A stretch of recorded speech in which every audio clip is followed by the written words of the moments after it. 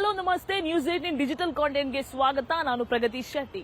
ಸದ್ಯ ಪಶು ವೈದ್ಯಕೀಯ ನೇಮಕಾತಿ ವಿಚಾರದಲ್ಲಿ ನಡೆದಿದೆ ಅಂತ ಹೇಳಲಾಗ್ತಾ ಇರುವಂತಹ ಅಕ್ರಮದ ಬಗ್ಗೆ ಎಲ್ಲ ಕಡೆ ದೊಡ್ಡ ಮಟ್ಟದಲ್ಲಿ ಆರೋಪ ಪ್ರತ್ಯಾರೋಪ ಚರ್ಚೆ ಕೇಳಿ ಬರ್ತಾ ಇದೆ.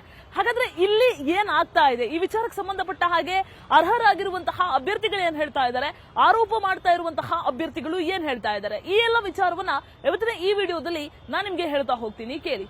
ಸುಮಾರು 400 ಅಭ್ಯರ್ಥಿಗಳ ಆಯ್ಕೆಗೋಸ್ಕರ, ಅಂದ್ರೆ ಹುದ್ದೆ ಖಾಲಿ ಇರುತ್ತೆ, ಅದರ ಆಯ್ಕೆಗೋಸ್ಕರ ಪಶು ವೈದ್ಯಕೀಯ ನೇಮಕಾತಿ ವಿಚಾರಕ್ಕೆ ಸಂಬಂಧಪಟ್ಟ ಹಾಗೆ ಎಕ್ಸಾಮ್ ಆಗುತ್ತೆ. ಸೊ ಇಲ್ಲಿ ವಿದ್ಯಾರ್ಥಿಗಳು ಹೇಳೋ ಪ್ರಕಾರ ಕಳೆದ 10 ವರ್ಷಗಳಿಂದಲೂ ಕೂಡ ಎಕ್ಸಾಮ್ ಆಗಿರೋದಿಲ್ಲ, ಅಂದ್ರೆ ಕಳೆದ 9 ವರ್ಷಗಳಿಂದಲೂ ಕೂಡ ಎಕ್ಸಾಮ್ ಆಗಿರೋದಿಲ್ಲ, ನೇಮಕಾತಿ ಕರೆದಿರೋದಿಲ್ಲ. ಯಾವಾಗ ನೇಮಕಾತಿ ಕರೀತಾರೆ ಅಂತ ಇಲ್ಲಿ ಅಭ್ಯರ್ಥಿಗಳು ಕೂಡ ಚಾತಕ ಪಕ್ಷಿ ತರ ಕಾಯ್ತಾ ಇರ್ತಾರೆ. ಅಂತಹ ಅಭ್ಯರ್ಥಿಗಳಿಗೆ ಮೊದಲು 2024ರಲ್ಲಿ ಒಂದು ನೇಮಕಾತಿಯನ್ನ ಕರೀತಾರೆ. ಅದಾದ್ಮೇಲೆ ಕಾರಣಾಂತರಗಳಿಂದ ಎಕ್ಸಾಮ್ ಪೋಸ್ಟ್ಪೋನ್ ಆಗಿ 2026ರ ಜನವರಿಯಲ್ಲಿ ಪಶು ವೈದ್ಯಕೀಯ ನೇಮಕಾತಿ ಆಗತ್ತೆ, ಅಂದ್ರೆ ಇದಕ್ಕೆ ಎಕ್ಸಾಮ್ ಆಗತ್ತೆ. ಸೊ ಎಕ್ಸಾಮ್ ಆದಂತಹ ಸಂದರ್ಭದಲ್ಲಿ ವಿದ್ಯಾರ್ಥಿಗಳೆಲ್ಲರೂ ಕೂಡ ಖುಷಿಯಾಗಿ ಇರ್ತಾರೆ. ಸೊ ಎಕ್ಸಾಮ್ ಆಗಿ ಸ್ವಲ್ಪ ದಿನಕ್ಕೇನೆ ಯಾರ್ಯಾರು ಸೆಲೆಕ್ಟ್ ಆಗಿದ್ದಾರೆ ಅಂದ್ರೆ ಪ್ರೊವಿಷನಲ್ ಲಿಸ್ಟ್ ಅನ್ನ ಬಿಡ್ತಾರೆ. ಅದಾದ್ಮೇಲೆ ಅರ್ಹರ ಪಟ್ಟಿಯನ್ನು ಕೂಡ ಬಿಡ್ತಾರೆ. 1:3ಯಲ್ಲಿ ಆಯ್ಕೆ ಆದಂತಹ ಅರ್ಹರ ಪಟ್ಟಿಯನ್ನು ಕೂಡ ಅಂತಿಮ ಮಾಡ್ತಾರೆ. ಯಾವಾಗ ಈ 1:3ಯಲ್ಲಿ ಆಯ್ಕೆ ಆಗಿರುವಂತಹ ಫೈನಲ್ ಲಿಸ್ಟ್ ಅರ್ಹರ ಪಟ್ಟಿ ಅಂತಿಮ ಆಗುತ್ತೋ ಅಂತಹ ಸಂದರ್ಭದಲ್ಲೇ ದೊಡ್ಡ ಮಟ್ಟದ ಆರೋಪ ಪ್ರತ್ಯಾರೋಪ ವ್ಯಾಪಕ ಚರ್ಚೆಗೆ ಈ ವಿಚಾರ ದೊಡ್ಡ ಮಟ್ಟದಲ್ಲಿ ಗುರಿಯಾಗೋದಕ್ಕೆ ಕಾರಣ ಆಗುತ್ತೆ. ಅಂದ್ರೆ ಸ್ವಲ್ಪ ದಿನಗಳ ಹಿಂದೆ ಅಷ್ಟೇ ಕೆಪಿಎಸ್ಸಿಯಲ್ಲಿ ನಡೆದಿದೆ ಅನ್ನಲಾಗುವಂತಹ ಒಂದು ಅಕ್ರಮ ನಡೆದಿದೆ ಅಂತ ಹೇಳಿ ಅದಕ್ಕೆ ಸಂಬಂಧಪಟ್ಟ ಹಾಗೆ ಅಭ್ಯರ್ಥಿ ಹತ್ರ 80 ಲಕ್ಷ ರೂಪಾಯಿ ಹಣವನ್ನು ಕೂಡ ಸಂಬಂಧಪಟ್ಟಂತಹ ಅಧಿಕಾರಿಗಳು ಕೇಳಿದ್ದಾರೆ ಅಂತ ಆರೋಪ ಮಾಡಿ ಅದಕ್ಕೆ ಸಂಬಂಧಪಟ್ಟ ಹಾಗೆ ಪೊಲೀಸ್ ಠಾಣೆಯಲ್ಲಿ, ವಿಧಾನಸೌಧ ಪೊಲೀಸ್ ಠಾಣೆಯಲ್ಲಿ ದೂರು ಕೂಡ ದಾಖಲಾಗುತ್ತೆ. ಅದಾದ ಬೆನ್ನಲ್ಲೇ ಎಫ್ಐಆರ್ ಅಲ್ಲಿ 29 ಜನ ಅಭ್ಯರ್ಥಿಗಳ ಹೆಸರನ್ನು ಕೂಡ ಅಕ್ಯೂಸ್ಡ್ ಆಗಿ ಮಾಡಲಾಗುತ್ತೆ. ಸಾಕಷ್ಟು ಜನ ವಿಕ್ಟಿಮ್ ಅಂತ ಕೂಡ ಇಲ್ಲಿ ಸೈನ್ ಹಾಕೊಟ್ಟಿರ್ತಾರೆ. ಇಲ್ಲಿ ಯಾಕೆ ಈ ವಿಚಾರ ಚರ್ಚೆಗೆ ಕಾರಣ ಆಯ್ತು ಅಂತ ಕೇಳಿದ್ರೆ, ಈ ವಿಕ್ಟಿಮ್ ಅಂತ ಸೈನ್ ಹಾಕೊಟ್ಟಿರುವಂತಹ ಅನೇಕ ವಿದ್ಯಾರ್ಥಿಗಳು ವಾಟ್ಸ್ಆಪ್ ನಲ್ಲಿ ಒಂದಷ್ಟು ಚರ್ಚೆ ಮಾಡ್ತಾರೆ. ನಮ್ಗೆ ಈ 29 ಜನರ ಮೇಲೆ ಎಫ್ಐಆರ್ ಹಾಕ್ತಾರೆ ಅನ್ನುವಂತಹ ವಿಚಾರವೇ ಗೊತ್ತಿರಲಿಲ್ಲ. ಸೊ ಹಾಗಾಗಿ ವ್ಯಕ್ತಿ ವಿರುದ್ಧವಾಗಿ ನಾವಿಲ್ಲಿ ಆರೋಪ ಮಾಡ್ತಾ ಇಲ್ಲ, ಕೆಪಿಎಸ್ಸಿ ವಿರುದ್ಧವಾಗಿ ಆರೋಪ ಮಾಡ್ತಾ ಇರೋದು. ಈ 29 ಜನರಲ್ಲಿ ಯಾಕೆ ಕೆಲವೊಂದು ಹೆಸರುಗಳನ್ನ ಆಡ್ ಮಾಡಿದೀರಾ ಅನ್ನುವಂತಹ ಸಂಬಂಧಪಟ್ಟ ಹಾಗೆ ವಾಟ್ಸ್ಆಪ್ ನಲ್ಲಿ ಚಾಟ್ಸ್ ಗಳು ಕೂಡ ಹರಿದಾಡೋದಕ್ಕೆ ಶುರುವಾಗುತ್ತೆ. ಆಗ ಈ ದೂರುದಾರ ಯಾರಿರ್ತಾರೆ ಅವರು ಹೇಳಿರ್ತಾರೆ ಕೆಲವೊಂದಿಷ್ಟು ಒತ್ತಡ, ಕೆಲವೊಂದಿಷ್ಟು ಗೊಂದಲ. ಸೊ ಈ ಎಲ್ಲ ಕಾರಣಗಳಿಂದ ಗಡಿಬಿಡಿಯಲ್ಲಿ ರಾತ್ರಿ 1 ಗಂಟೆ ಹೊತ್ತಿಗೆ ಎಫ್ಐಆರ್ ರಿಜಿಸ್ಟರ್ ಆಗುತ್ತೆ ಅನ್ನುವಂತಹ ವಿಚಾರವನ್ನ ಉಲ್ಲೇಖ ಮಾಡ್ತಾರೆ. ಇದಕ್ಕೆ ಸಂಬಂಧಪಟ್ಟ ಹಾಗೆ ಅರ್ಹ ಅಭ್ಯರ್ಥಿಗಳು ಕೇಳ್ತಾ ಇರುವಂತಹ ಪ್ರಶ್ನೆ ಏನಂದ್ರೆ, ಎಫ್ಐಆರ್ ಉಲ್ಲೇಖ ಮಾಡೋದಕ್ಕೆ ಇವ್ರಿಗೆ ಯಾರ್ದಾದ್ರೂ ಒತ್ತಡ ಇತ್ತಾ, ಇವ್ರಿಗೆ ಏನ್ ಪ್ರೆಷರ್ ಇತ್ತು ಅನ್ನುವಂತಹ ವಿಚಾರವನ್ನ ಪ್ರಶ್ನೆ ಮಾಡ್ತಾ ಇದ್ದಾರೆ. ಅದಕ್ಕೆ ಸಂಬಂಧಪಟ್ಟ ಹಾಗೆ ದೂರುದಾರ ಕೂಡ ಸ್ಪಷ್ಟನೆಯನ್ನ ಕೊಟ್ಟಿದ್ದಾರೆ. ಅಂದ್ರೆ ನಾವಿಲ್ಲಿ ಯಾರ ವಿರುದ್ಧವೂ ಹೋರಾಡ್ತಾ ಇಲ್ಲ, ಕೆಪಿಎಸ್ಸಿ ವಿರುದ್ಧ ನಾವು ಹೋರಾಡ್ತಾ ಇದೀವಿ. ಈ ಎಲ್ಲ ವಿಚಾರಕ್ಕೆ ಸಂಬಂಧಪಟ್ಟ ಹಾಗೆ ಒಂದಷ್ಟು ಕ್ಲಾರಿಫಿಕೇಶನ್ ಅನ್ನು ಕೊಡುವಂತಹ ಕೆಲಸ ಮಾಡಿದ್ದಾರೆ. ಆದ್ರೆ ಇಲ್ಲಿ ಕಳೆದ 9 ರಿಂದ 10 ವರ್ಷಗಳ ಕಾಲ ನೇಮಕಾತಿ ಆಗ್ಲಿಲ್ಲ. ನೇಮಕಾತಿ ಇವತ್ತಾಗತ್ತೆ ನಾಳೆ ಆಗತ್ತೆ ಅಂತ ಕಾಯ್ತಾ ಇದ್ದಂತಹ ವಿದ್ಯಾರ್ಥಿಗಳಿಗೆ, ಅಭ್ಯರ್ಥಿಗಳಿಗೆ ಅಂತೂ ಇಂತೂ ನೇಮಕಾತಿಯ ಭಾಗ್ಯ ಸಿಗುತ್ತೆ.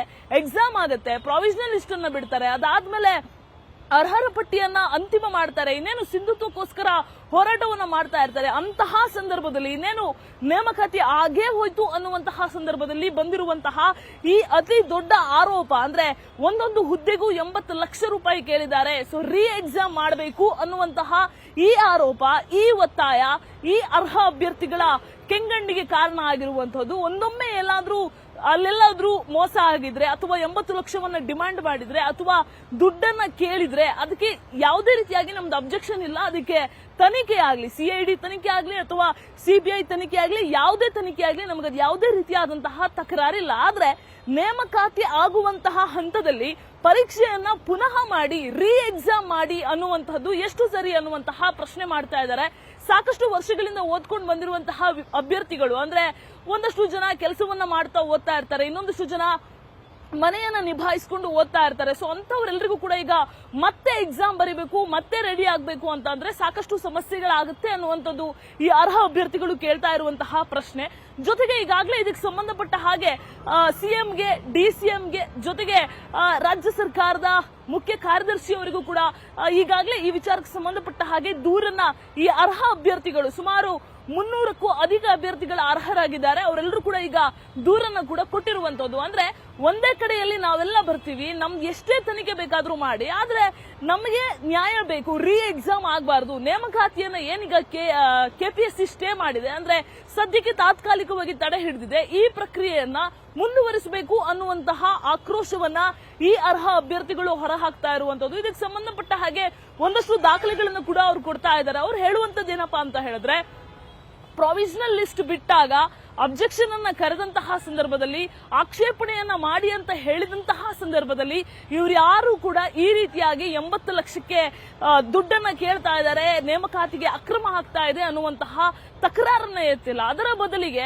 1:3ಯಲ್ಲಿ ಅರ್ಹರ ಪಟ್ಟಿಯನ್ನ ಬಿಟ್ಟಂತಹ ಸಂದರ್ಭದಲ್ಲಿ ಈ ಪ್ರೋಸೆಸ್ ಬಳಿಕ ಯಾಕೆ ಈ ದೂರನ್ನ ಕೊಟ್ರು, ಯಾಕೆ ಈ ದೂರನ್ನ ಮಾಡ್ತಾ ಇದ್ದಾರೆ, ಇದರ ಹಿಂದಿರುವ ಉದ್ದೇಶ ಏನು ಅನ್ನುವಂತಹ ಪ್ರಶ್ನೆ ಒಂದಷ್ಟು ಜನ ಅಭ್ಯರ್ಥಿಗಳದು. ಅದರ ಜೊತೆಗೆ ರೀ ಎಕ್ಸಾಮ್ ಮಾಡುವಂತಹ ಅನಿವಾರ್ಯತೆ ಏನಿದೆ, ಇಲ್ಲಿ ಆರೋಪಗಳಿರುವಂತದ್ದು ಅಥವಾ ಒಂದಷ್ಟು ಏನು ಕಂಪ್ಲೇಂಟ್ಸ್ ಎಲ್ಲ ಅಲಿಗೇಷನ್ಸ್ ಗಳು ಇರುವಂತದ್ದು ಏನಂತ ಅಂದ್ರೆ ನೇಮಕಾತಿಯಲ್ಲಿ ಅಕ್ರಮ ಆಗ್ತಾ ಇದೆ. ಸೊ ಇದಕ್ಕೆ ಸಂಬಂಧಪಟ್ಟ ಹಾಗೆ ನಮಗೆ ತನಿಖೆ ಮಾಡಲಿ, ಅದನ್ನ ಬಿಟ್ಟು ವಾಪಸ್ ಎಕ್ಸಾಮ್ ನಡೆಸೋದು ಯಾಕೆ ಅನ್ನುವಂಥದ್ದು ಈ ಅಭ್ಯರ್ಥಿಗಳ ಪ್ರಶ್ನೆ. ಸೊ ಅದಕ್ಕೆ ಸಂಬಂಧಪಟ್ಟ ಹಾಗೆ ಇನ್ನ ಒಂದಿಷ್ಟು ವಿಚಾರವನ್ನು ಅವ್ರು ಹೇಳ್ತಾರೆ. ಒಂದಷ್ಟು ಜನ ಕಳೆದ 9 ವರ್ಷಗಳಿಂದಲೂ ಕೂಡ ಈ ವೆಟರ್ನರಿ ಪೋಸ್ಟ್ಗಳು ಖಾಲಿ ಇದ್ದಂತಹ ಸಂದರ್ಭದಲ್ಲಿ ಒಂದಷ್ಟು ಜನ ಈ ಅಂದ್ರೆ ತಾತ್ಕಾಲಿಕವಾಗಿ ಕೆಲಸ ಮಾಡೋದಕ್ಕೆ ಒಂದಷ್ಟು ಜನ ಅಲ್ಲಿ ಹೋಗಿರ್ತಾರೆ. ಸೊ ಅವ್ರದ್ದು ಒಂದು ಇಂತಿಷ್ಟು ವರ್ಷಗಳ ಕಾಲ ಅವ್ರ ಜೊತೆಗೆ ಒಪ್ಪಂದ ಕೂಡ ಆಗಿರುತ್ತೆ. ಅಂದ್ರೆ ಪರ್ಮನೆಂಟ್ ಪೋಸ್ಟಿಂಗ್ ಆದ್ರೆ ಈ ತಾತ್ಕಾಲಿಕವಾಗಿ ಕೆಲಸ ಮಾಡ್ತಾ ಇರ್ತಾರಲ್ಲ, ಟೆಂಪ್ರರಿ ಆಗಿ ಕೆಲಸ ಮಾಡ್ತಾ ಇರ್ತಾರಲ್ಲ, ಇವ್ರನ್ನೆಲ್ಲ ಖಾಲಿ ಮಾಡಿಸ್ತಾರೆ ಅನ್ನುವಂಥದ್ದು. ಸೊ ಅವರ ಒಂದು ಏನ್ ಒಪ್ಪಂದ ಇರುತ್ತೆ, ಕಾಂಟ್ರಾಕ್ಟ್ ಇರುತ್ತೆ, ಅದು ರಿನಿವಲ್ ಆಗಲ್ಲ. ಸೊ ಹಾಗಾಗಿ ಈ ಕಾಂಟ್ರಾಕ್ಟ್ ವರ್ಕರ್ಸ್ ಕೂಡ ಕೆಲವೊಂದಿಷ್ಟು ಜನ ಇದರ ಹಿಂದಿದ್ದಾರೆ ಅನ್ನುವಂತಹ ಗಂಭೀರ ಆರೋಪ ಈ ಅಭ್ಯರ್ಥಿಗಳು ಮಾಡ್ತಾ ಇರುವಂತದ್ದು. ಜೊತೆಗೆ ಇದಕ್ಕೆ ಸಂಬಂಧಪಟ್ಟ ಹಾಗೆ ಒಂದಷ್ಟು ಕಂಪ್ಲೇಂಟ್ಸ್ ಅನ್ನ ಹೇಳೋದಕ್ಕೆ ಬಂದಂತಹ ಸಂದರ್ಭದಲ್ಲಿ ಒತ್ತಾಯ ಪೂರ್ವಕವಾಗಿ ಇವ್ರನ್ನ ಪೊಲೀಸ್ ಸ್ಟೇಷನ್ ಅಲ್ಲಿ ಕಂಪ್ಲೇಂಟ್ ಕೊಟ್ರು ಅನ್ನುವಂತಹ ಆರೋಪವನ್ನು ಕೂಡ ಮಾಡ್ತಾ ಇದ್ದಾರೆ. ಬಟ್ ಸದ್ಯಕ್ಕೆ ನೇಮಕಾತಿಯಲ್ಲಿ ಅಕ್ರಮ ಆಗಿದೆಯಾ ಅನ್ನುವಂತಹ ವಿಚಾರಕ್ಕೆ ಸಂಬಂಧಪಟ್ಟ ಹಾಗೆ ಕೆಪಿಎಸ್ಸಿ ಕೂಡ ಇಂಟರ್ನಲ್ ತನಿಖೆಯನ್ನ ಮಾಡ್ತಾ ಇದೆ, ಕಮಿಟಿಯನ್ನ ಮಾಡಿ ಅದರ ತನಿಖೆ ಕೂಡ ಸಾಗ್ತಾ ಇದೆ. ಆದಷ್ಟು ಬೇಗ ಈ ತನಿಖೆಯ ರಿಪೋರ್ಟ್ ಬರಬೇಕು, ನೇಮಕಾತಿಯಲ್ಲಿ ಅಕ್ರಮ ಆಗಿದೆಯಾ ಇಲ್ವಾ ಅನ್ನುವಂಥದ್ದು ಖಂಡಿತ ಗೊತ್ತಾಗಬೇಕು. 80 ಲಕ್ಷವನ್ನ ಯಾರಾದ್ರೂ ಡಿಮ್ಯಾಂಡ್ ಮಾಡಿದ್ರೆ ಖಂಡಿತ ಅಂತವರಿಗೆ ಶಿಕ್ಷೆ ಆಗಬೇಕು, ಅದರಲ್ಲಿ ಯಾವುದೇ ರೀತಿಯಾದ ತಕರಾರಿಲ್ಲ. ಆದ್ರೆ ಸೇಮ್ ಟೈಮ್ ಎಕ್ಸಾಮ್ ವಾಪಸ್ ಮಾಡಬಾರ್ದು, ಜೆನ್ಯೂನ್ ಕ್ಯಾಂಡಿಡೇಟ್ಸ್ಗೆ ಪ್ರಾಮಾಣಿಕವಾಗಿ ಎಕ್ಸಾಮ್ ಅನ್ನ ಬರೆದಂತಹ ಅಭ್ಯರ್ಥಿಗಳಿಗೆ ಮೋಸ ಮಾಡಬಾರ್ದು, ಜೊತೆಗೆ ಅವ್ರು ಮತ್ತೆ ಮತ್ತೆ ರೆಡಿ ಆಗೋಕ್ ಸಾಧ್ಯ ಆಗಲ್ಲ ಅನ್ನುವಂಥದ್ದು ಈ ಅಭ್ಯರ್ಥಿಗಳು ಹೇಳ್ತಾ ಇರುವಂತಹ ಮಾತು. ಒಟ್ಟಿನಲ್ಲಿ ಇಲ್ಲಿ 2 ರೀತಿಯಾದಂತಹ ಗುಂಪಾಗಿದೆ. ಒಂದು ಅರ್ಹ ಅಭ್ಯರ್ಥಿಗಳ ಗುಂಪು, ಇನ್ನೊಂದು ನೇಮಕಾತಿಯಲ್ಲಿ ಅಕ್ರಮ ಆಗಿದೆ ಅಂತ ದೂರನ್ನ ಕೊಟ್ಟಿರುವಂತಹ ಅಭ್ಯರ್ಥಿಗಳು. ಸೊ ಇದೆರಡರ ಮಧ್ಯೆ ಈ ವಿಚಾರ ಚರ್ಚೆ ಆಗ್ತಾ ಇದೆ. ಮುಂದೆ ಯಾವ ರೀತಿಯಾಗಿ ತಾರ್ಕಿಕ ಅಂತ್ಯವನ್ನ ಈ ವಿಷಯ ಕಾಣುತ್ತೆ ಅನ್ನುವಂತಹದನ್ನ ಕಾದು ನೋಡಬೇಕಾಗಿದೆ. ನಿರ್ಭೀತ, ನಿಷ್ಪಕ್ಷಪಾತ, ವಿಶ್ವಾಸಾರ್ಹ ಸುದ್ದಿಗಳಿಗೆ ಮತ್ತೊಂದು ಹೆಸರಾಗಿರುವಂತ ನ್ಯೂಸ್ 18 ಕನ್ನಡ ಈಗ ಆಪ್ನಲ್ಲೂ ಲಭ್ಯವಿದೆ. ದಯವಿಟ್ಟು ಇಲ್ಲಿರುವ QR ಕೋಡ್ ಅನ್ನ ಸ್ಕ್ಯಾನ್ ಮಾಡಿಕೊಂಡು ಆಪ್ ಅನ್ನ ಡೌನ್ಲೋಡ್ ಮಾಡೋದಕ್ಕೆ ಮರಿಬೇಡಿ. ನಿಮ್ಮ ಬೆಂಬಲ ಹೀಗೆ ಸದಾ ನಮ್ಮೊಂದಿಗಿರಲಿ. ಧನ್ಯವಾದ.